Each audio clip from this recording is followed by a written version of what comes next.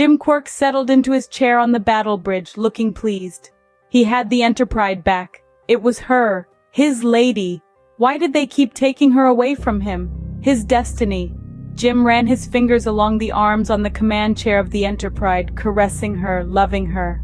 "Never leave you," he said quietly. "Never leave you." Jim was startled when she whispered in his ear, "Mistress Yo-Woman Miss Rind reporting for duty, Captain." Jim turned and held her hand. Spook's right eyebrow lifted at this unusual public display of affection. "But," Jim stammered. "It's okay," she said. "I understand." Jim drew her closer and kissed her. Then both of Spook's eyebrows went up simultaneously. "Status, Scuddy?" asked Quirk.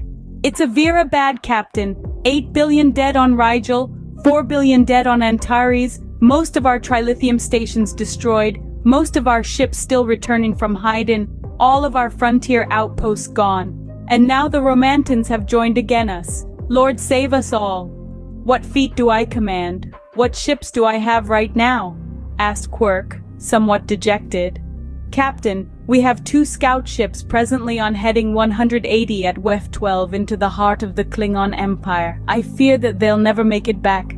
And we have 2 heavy cruisers, the Sexington and the Incepid, and 2 dreadnoughts, the Starlight and the Coral Sea.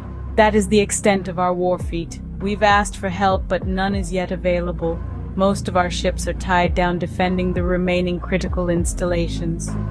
"Then we'll have to do without help for a while," sighed Jim. "Impossible," replied Scuddy firmly. "There are Klingons' flagships all around. We are absolutely outnumbered." "Analysis, Spook," commanded Quirk. "Well, Captain, apparently the Klingons knew that we would soon counter the death wave, so they merely used it to put us off balance. They have succeeded, of course, and have caught us, as you might say, with no pants.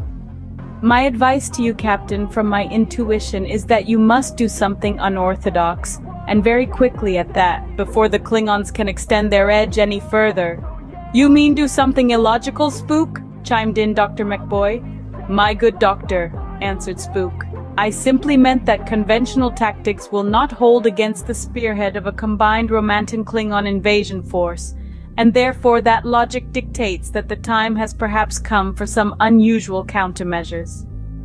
"Bull, Spook," replied McBoy. "How long do you think you can go on fooling me with your fancy words? You're desperate, Spook, and your logic has no ready answers. Admit it, Spook." "Doctor, there are always alternatives, some better than others." Jim looked around at his ship and said, "Into the fire we go, my lady."